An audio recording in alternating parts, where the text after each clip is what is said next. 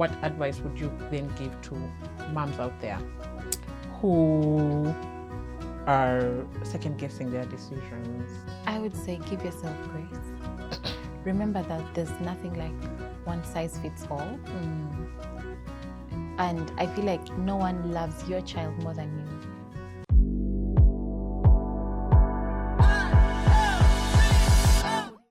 Hi guys, welcome to the Adulting Out Loud podcast. I'm your host Unia, and we are back with yet another episode in our motherhood series. We are celebrating moms this month because it's the month of mothers, and so we are back with another episode on the motherhood series. And I'm joined by a friend, someone I've known for some time. Thank you for having me. I'm looking forward to this conversation. You are? I am. Yes, me too. So Phidra is going to introduce herself. She's many things, and if I try, I won't do it justice. So Phidra, tell us who you are. I am very many things, as Yes, you you said. are. I am a mom. That's probably the most important role I carry and the most relevant in this Mother's Month. I'm a mom, I'm a wife, I'm a friend, I'm a best friend, I'm a sister, I'm a daughter. I am an entrepreneur. I run a couple of businesses that I don't think we should get into. Keyword. I'm like, Phidra, how many businesses do you run? So I recently just put everything under one umbrella, which is called Lash Ventures. Nice. But under Lash Ventures is a couple of other businesses. Lash Kids, which caters to kids decor and rental services. Lashes Coils, which caters for kids' hair products. Lashes Skin, which caters to kids' skincare. And then Fridge Magnets 256, which makes personalized fridge magnets. Wow. That's it for now. For now. Until they are 6 or 7, I will not stop. You will, yeah, good for you. Good for you. That's really interesting. Under all one umbrella. Yeah. Lash. All right. So today, Phidra, we're going to be talking about motherhood. And as you know, it's May. It's the month of mothers where we get to celebrate ourselves, celebrate other moms. And specifically today, we are talking about how we do different aspects of motherhood. Right? This is going to be a 2-part series. So this is part 1, and we are specifically going to talk about how we do parenting littles, because our kids are relatively little. I say relatively. Relatively little. So we're going to just talk about how we do it. And before I get into it, let me give a background about why we're having this conversation and why we think it's a conversation worth having. So the other day I was in church, and I have a 7-year-old and a 2-year-old. My 7-year-old was in Sunday school. I was with my 2-year-old in big church. Now my 2-year-old in big church, she's like, you know how kids can sit still? Like, so she's like wanting to move around. She asks for the phone. She wants to take photos. So I usually carry like crayons and something for her to color, but she gets bored. So she had reached now that board part, we were almost done, but I'm like, you wait, we're going to go. But I had like soda in my bag and water. So obviously I knew she's not going to accept water, but the soda I had was Coke. And so I second guessed myself, like, should I give her this soda? But the reason I was second guessing myself is not because I'm very like strict about soda or anything. It's because I was aware I'm going to take out this Coke and give my baby, and other moms are going to be like, really? Coke? How old is your daughter? So it's at that point that I was like, I know I give her the soda at home. Like if we were at home, I would have just like, but now I was feeling like, man, people are going to talk about how this mom is. So that's the background of this conversation, and we just thought, let's talk about how we parent, and why is it such an issue when one parent does it differently from the other. Why can't we just celebrate the different ways we... You know those moms that would have looked at you?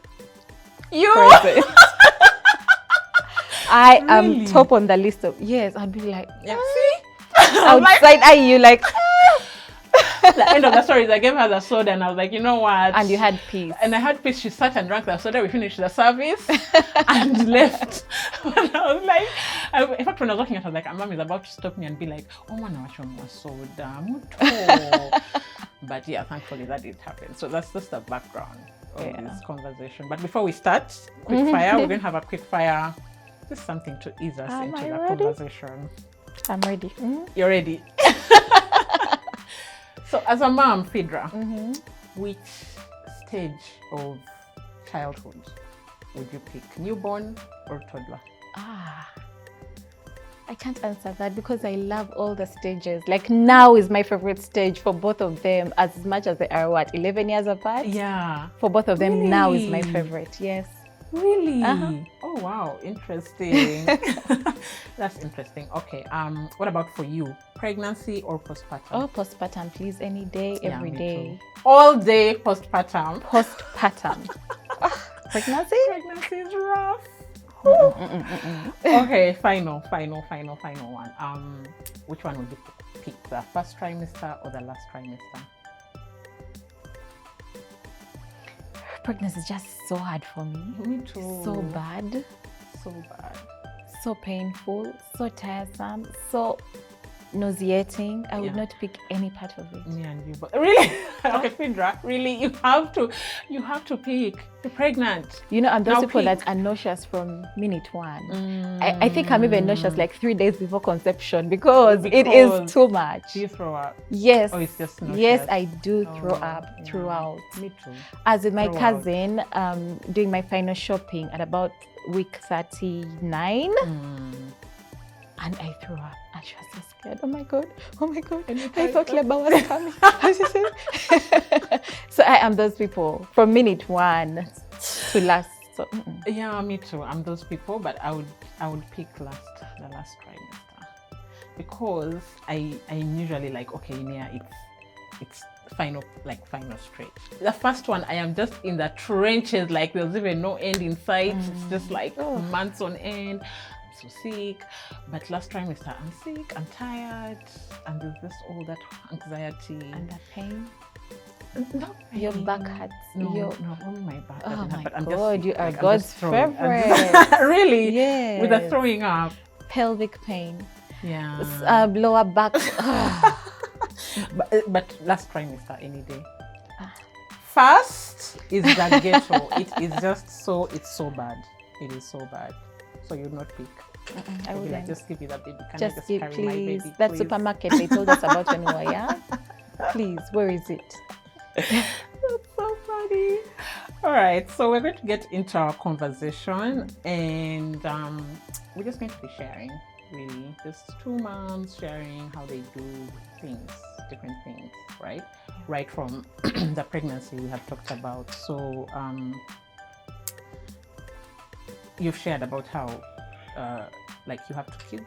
I do. And your kids are a number of years apart. We shall talk about that.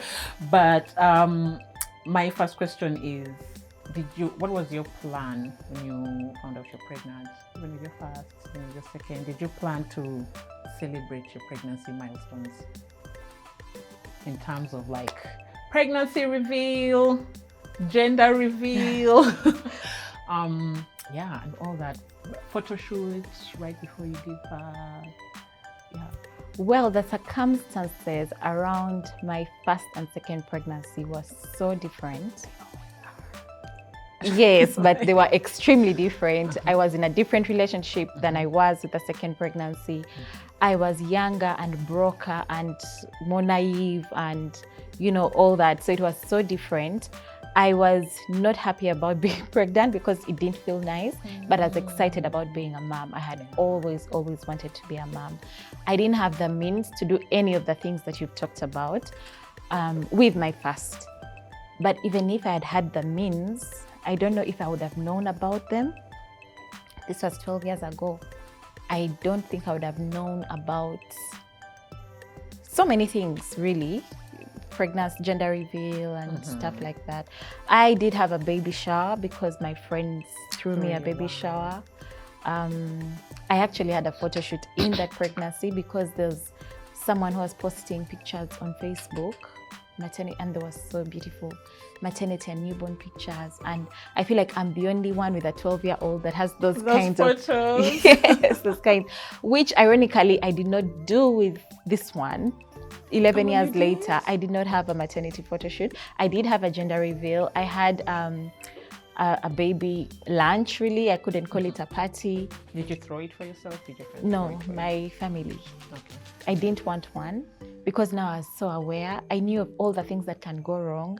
I knew of how many things, how many hopes that don't just don't come to life. You know, you carry a pregnancy, you may or may not carry the baby. Yeah. I was too aware, which was now also a bad thing. Right? Because I'm like, Phidra, like, yes, all that you said is true.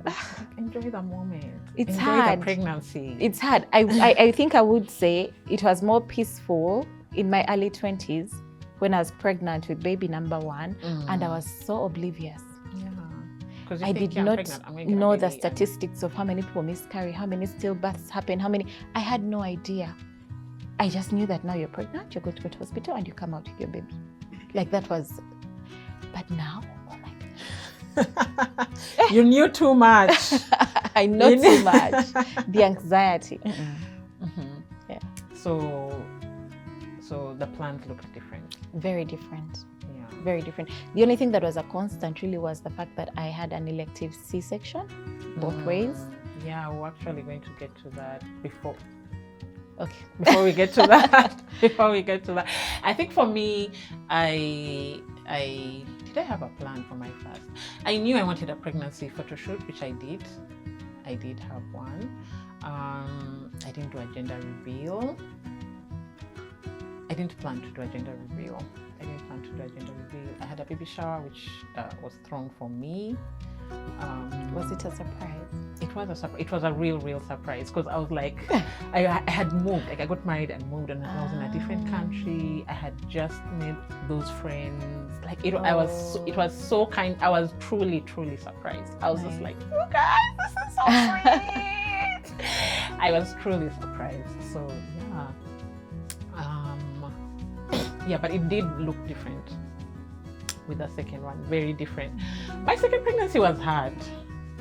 It was hard. I didn't want the photo shoot.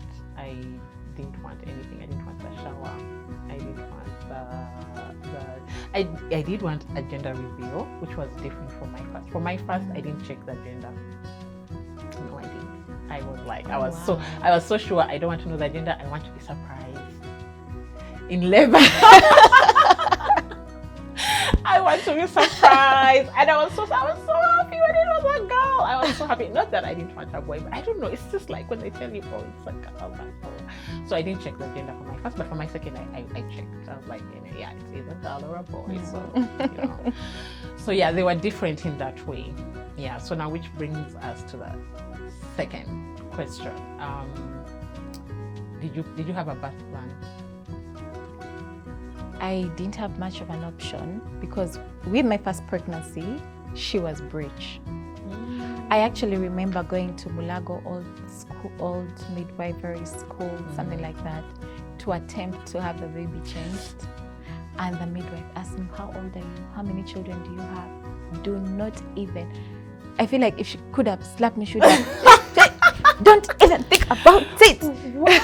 Yeah, so she said there was a huge risk of rupturing my uterus, which I definitely didn't want. And especially, apparently, with the first pregnancy, the uterus is tighter than it is with the second. So it was going to be such a risk. She said no to that. I don't remember how I felt. It was all a daze, but I think I was a bit gutted by it because I was afraid of being cut open. I actually remember when I reached the hospital, I cried. When they wheeled me in. And then the doctor asked me, what's the problem? What if I don't wake up? I don't know why I'm laughing because it's not funny. It wasn't funny then. It's not funny so now. She explained, we're not going to make you sleep. You're going to be awake for half that. No, but... Oh my goodness, I cried. I was so scared. Second pregnancy. You were like... I was like, Let's there's do no it. way. First of all, the uncertainty of anytime now. I had a very good chance of going for vaginal delivery. Really, it had been 10, 11 years. But the whole uncertainty. Any day, I needed to know that this is the day, this is the time, and that's it. But you have a due date. Yes, it could be before or after, or mine is always 3 days like a before week or before. after, or now the labor has started on Monday, but then you may have to wait till Wednesday, then you can push.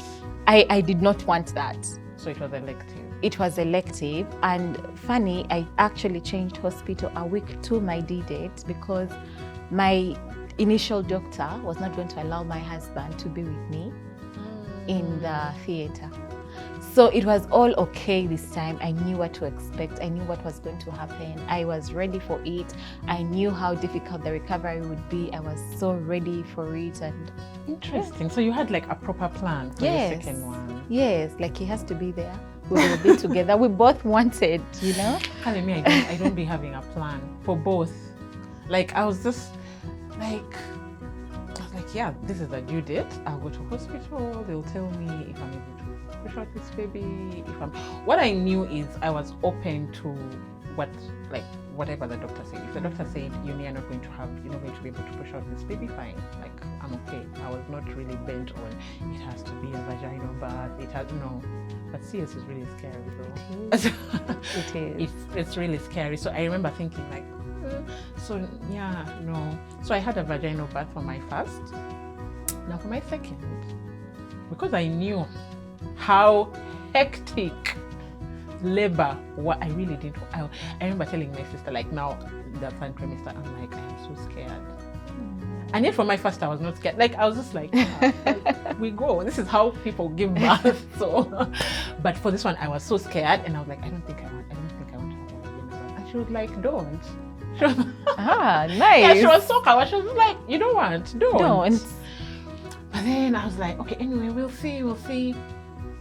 I didn't make a plan. I didn't make a decision until like now I'm in labor. Like, my water is broken. Like now we go to the hospital. So now that you suffered a bit of both. I had a vaginal birth even for myself. Oh, yes. okay. Though it was not like I had said no, we are going to have to. No, but it was as painful as I expected, and I was just like, yeah. Now in hindsight, are you like, why was I scared? Or like, I know that is why I was. I'm like, that is why I was scared. Please have a plan. But I think I would still do it. I think like you get grace. You get grace to do it, and but yeah, I think for the second one, because years had passed, it was hectic. And it was so. I feel hectic. Like the older you grow, the more difficult these things become. It was so hectic, and I was like, so, but and yet there's no like easy way out, because even when I would be like, let me like when I tell my sister, I'm like, hey, because for her she's a CS body. So she's like, but then the one thing she would tell me is like, what I've seen with you is that you like after delivery, you like, I move, I go. She's like, so if you're going to go this route, please be ready for the, for the recovery period. Like it's really give and take. Yeah. So I guess that's what stopped me from planning, because I'm like, there's no way out. The baby has to come out one way or another. I don't plan on another child, but if I happen to have one, I think I would want to try and have a vaginal birth. Should try it. I want to see what this snapback is about.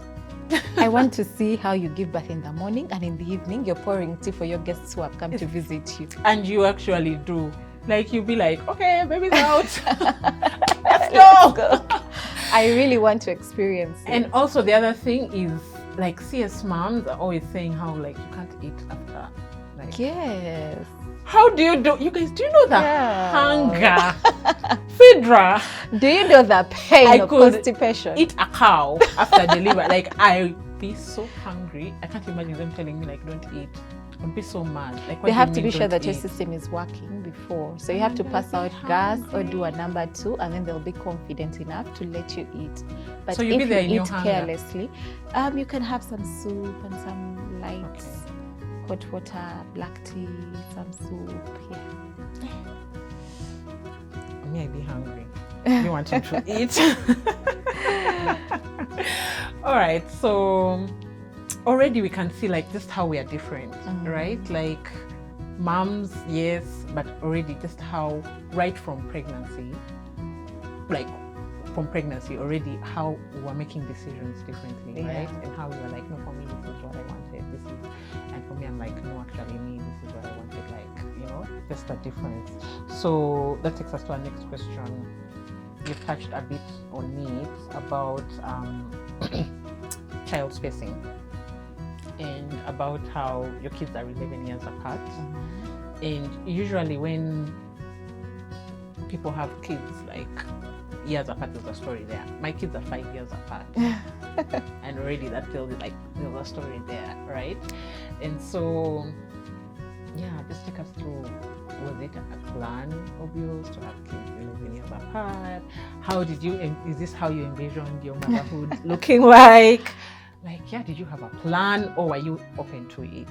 Because I know I had a plan. Yeah, I wanted mine 2 years apart. I didn't have a plan, but right from childhood, you know, when visitors come and ask you, what do you want to be when you grow up? My answer was a mother. Oh.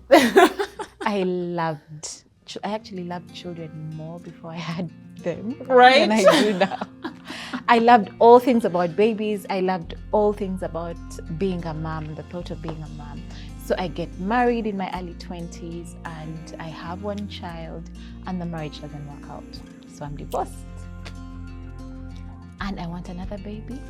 But who am I going to have the baby with? You don't just pray and, Yeah, so that is the reason why I had the gap from marriage 1 to marriage 2 has been a space of 10 years.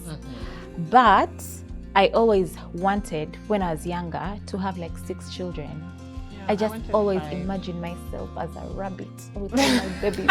The little bunny there. Yes. Bunny rabbit. With my litter.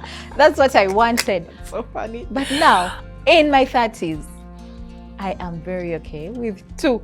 Right. 2 children, because I know that money does not grow on trees. Right. And you do not raise children with smiles. You don't smile at the supermarket and say, hey, this smile like this is for yogurt, this one like this is for minced meat. Right. No, you don't. Friend, don't you? Yes, every child comes with provision, but I also think every child needs to come with a plan as much as there's going to be provision. Yeah. So my plan when I was younger is definitely different. I don't have the 6 kids that I wanted.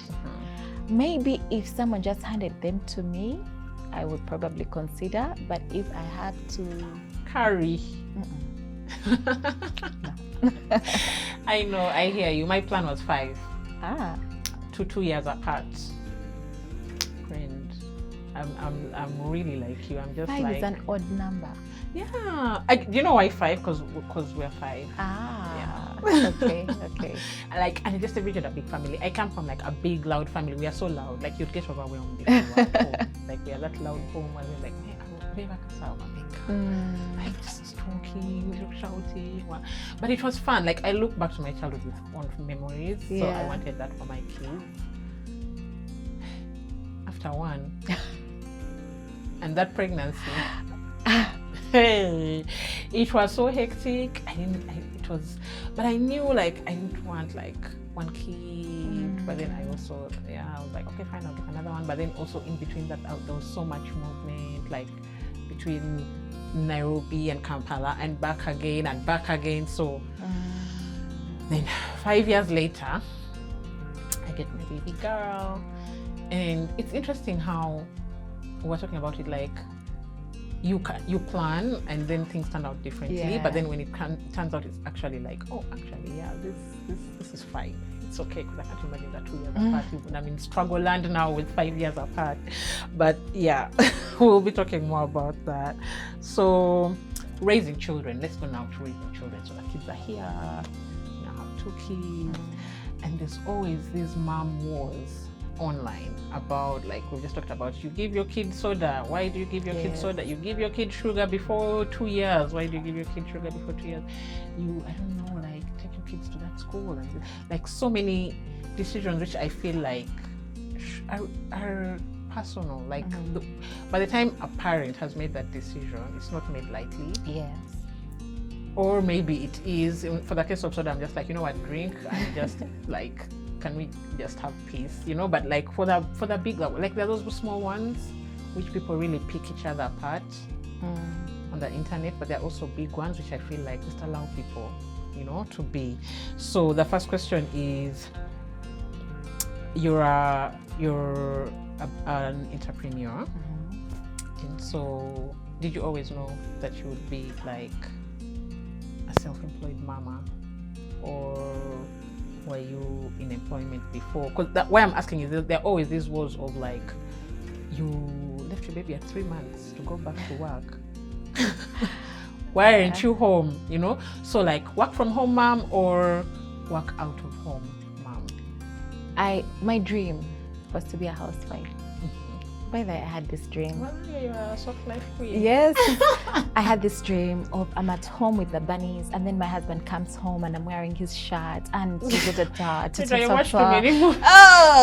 to read News and Boom. That was my ideal.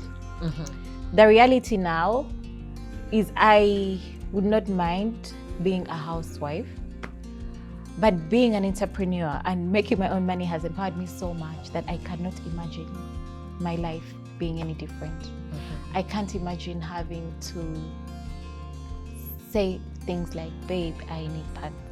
Right. Yeah, I can't imagine having to do that. That's like the most basic. Yeah. Or I can't imagine having to get Kameza money, and that's the one on which I have to buy co-pads, as I also buy the meat that's going to feed the home. I can't imagine that. So I've done this so much that it has become my life and my identity. But I like to think of myself as a hybrid mom because I have the option to stay at home. For example, this week, Monday, Tuesday, Wednesday, I stayed at home. Thursdays when I went away to work. You're living the life. But last weekend, I was not at home. I had an event, so I was working overnight. So you find that I leave home at 3 p.m. and come back home the following day at 3 p.m. So I've not been with my babies through the night, you know? So I have a bit of both worlds, and I think for me, my setting is perfect. It is, I agree. It's completely perfect. Because I don't get to miss immunization. I don't get to miss a school shop, while I can also schedule my meetings around. I don't miss out on work. I don't miss out on being at home with the children. I can take the kids to work with me. No one is going to, there's no HR that's going to say, excuse me, this is an office. Why have you brought a baby and a pushchair? No.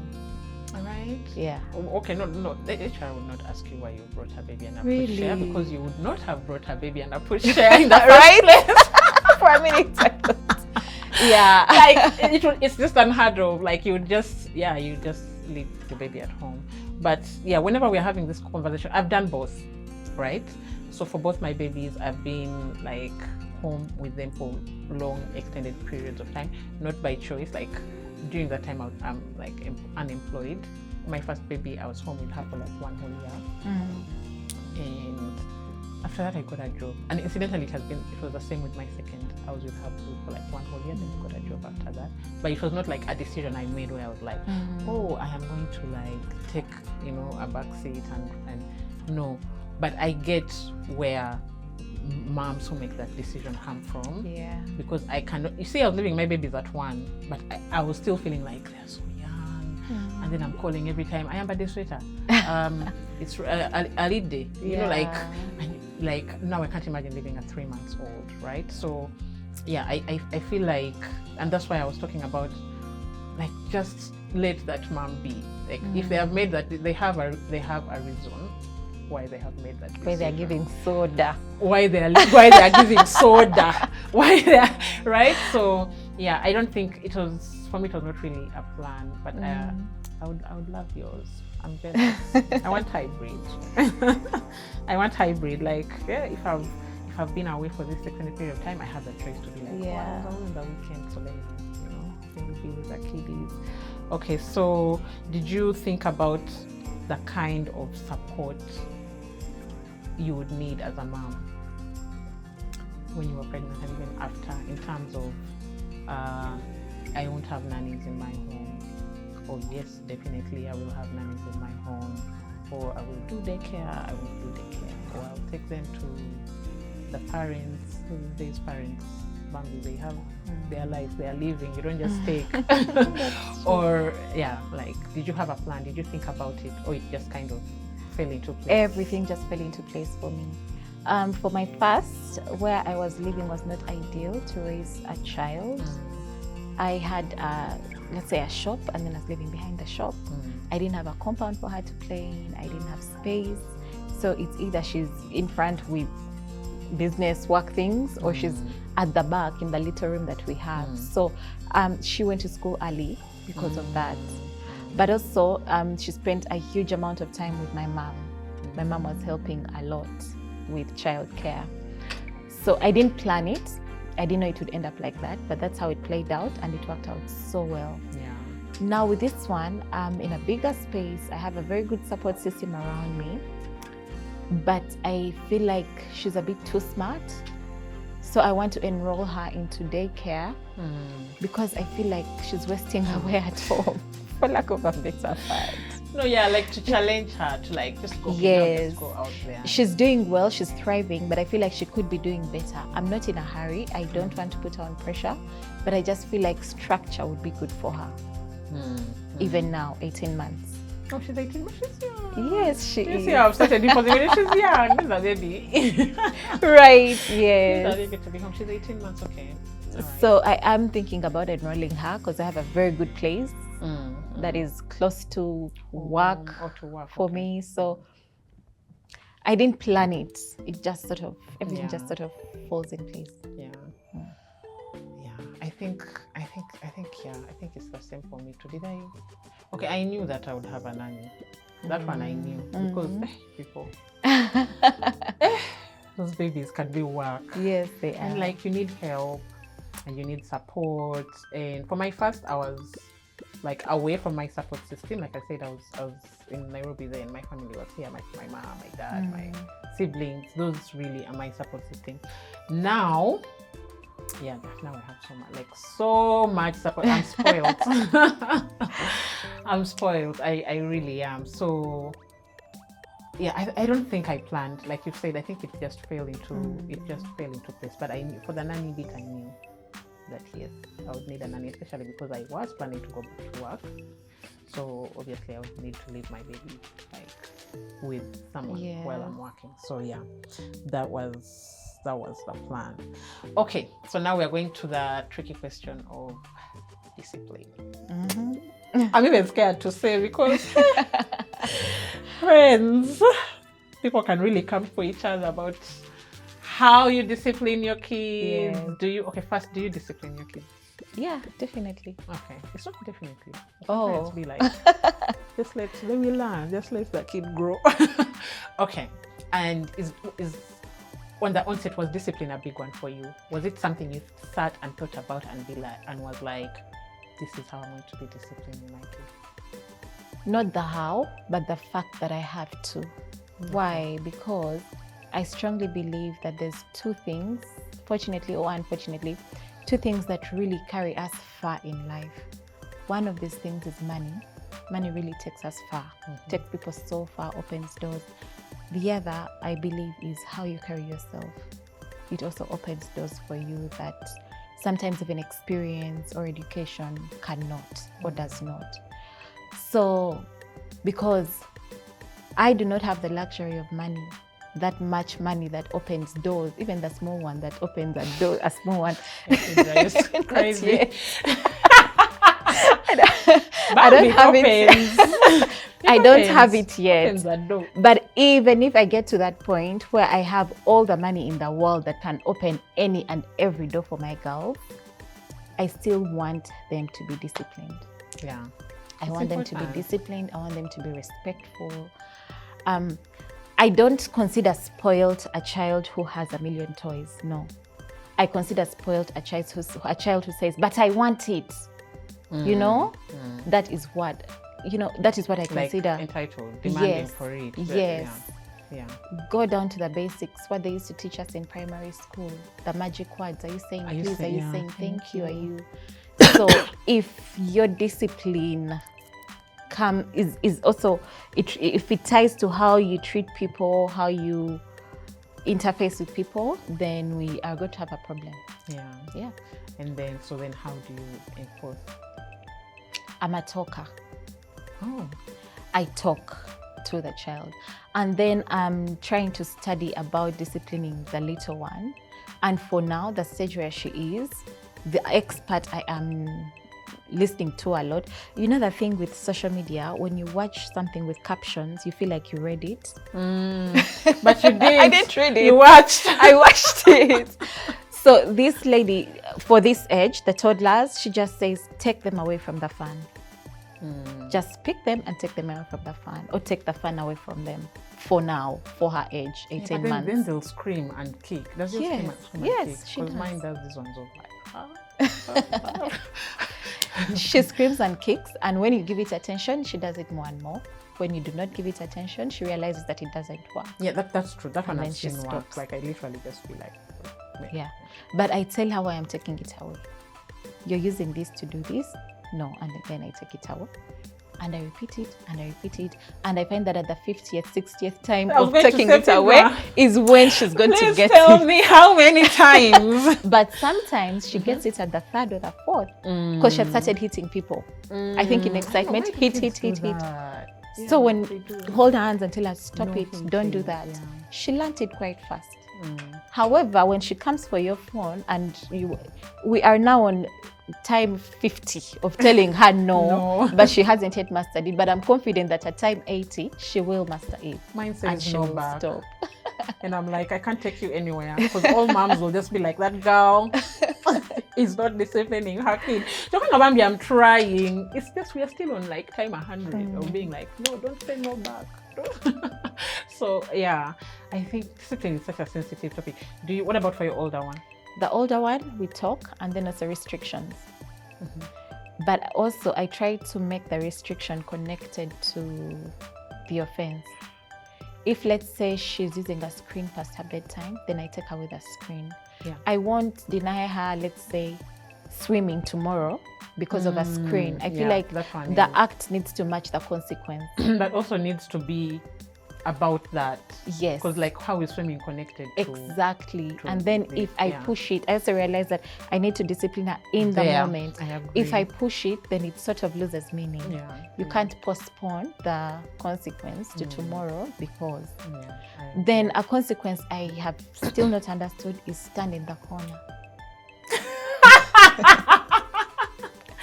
Why are we making our children stand in the corner? Because they are not listening. So will that make them listen? Yes, like stand there, think about what you've done. I don't do stand in the corner. You won't believe what I do. I chapper. I'm actually a chappering mom, and I didn't think I would be a chappering mom. But there are times when I'm just like, chick, I have told you this thing. Yeah. Like a million, like literally a million times. I'm not even joking. Like, what is the matter here? What is the problem? I used to chapper properly. Properly. According to your age, how old are you? 4. First of all, I would put the head under the bed so that you don't come. Yes, and then I give you your 4 on your pap, pap, pap, pap. Now the baby tap. I'll tap you. This is what I think. Yeah. That's how I tap her. So when she's in the cupboard getting glasses, planning to throw them, I'll tap you, and then she stops that. Yeah. She doesn't even go there anymore. But I have tapped her a couple of times. Yeah, I also tap her. Yeah, also the baby, I tap her. The older one fears being chappered a lot. Like Bambi, she doesn't like it, Bambi. And so why I'm even hesitating saying this is because her auntie, my sister, it was like my young sister, like, you know, like, why do you chapper that babe? I'm like, you do not understand the number of times. She's like, no.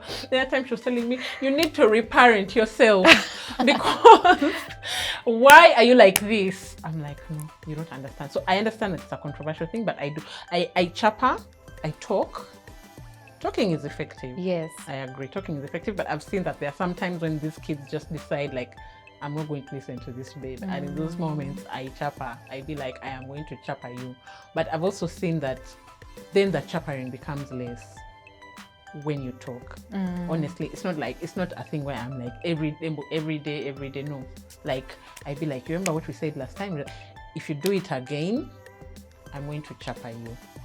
And when I make those statements, I have to live up to that promise, because if you don't, then they'll be like, this chick is just a barking dog. She's not even going to chap at me. Last time she said she's going to chap at me, but so I say, I'm like, we have talked. You have said you're not going to do it again. If you do it again, I'm chappering you.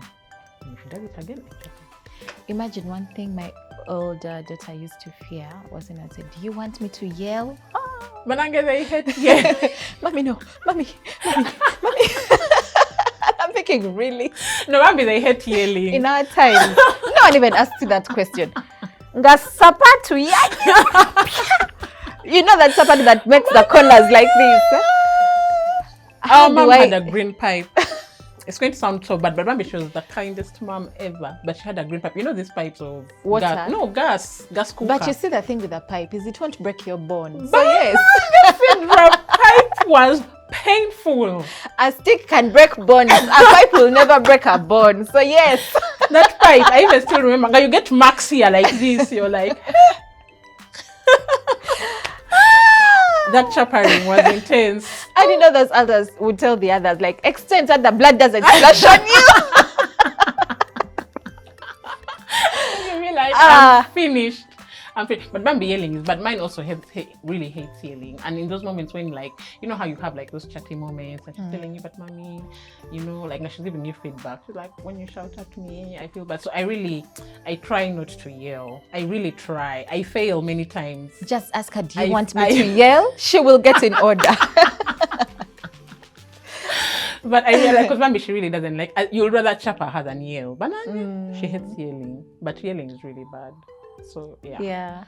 Okay, so we've come to the end of part 1 of this conversation, right? And before we end, I'd just like to know, Phidra, like, so based on what we have shared, like, we have seen like just how different, you know, like we are. And when I was thinking about this episode, what I was envisioning was that I would just love moms to just know that, like, it's not right, it's not wrong, it's just different, right? It's not that Unia is right and Phidra is wrong, or that Phidra is right. Especially when it's not health things. Obviously, we know, like, there are health things which the doctor will tell you, no, for this age of this kid, like, especially like feeding and whatever.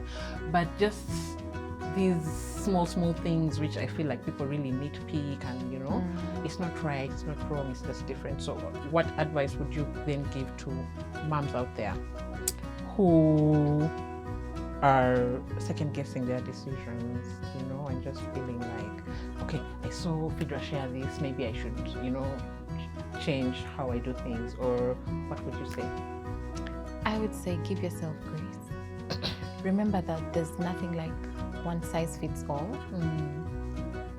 And I feel like no one loves your child more than you. So if you are doing your best, let that be good enough for you. Like, take comfort and pride in the fact that you're doing your best and live it. And also, no one knows your child and your circumstances. More than you and your circumstances. Yeah. You see how you were sharing, like, how you want to take your little one to school, to daycare, sorry. I could easily jump in and be like, no, Phidra, she's so young. Like, you know, like, she needs to be in a home setting and what. But I don't know her, right?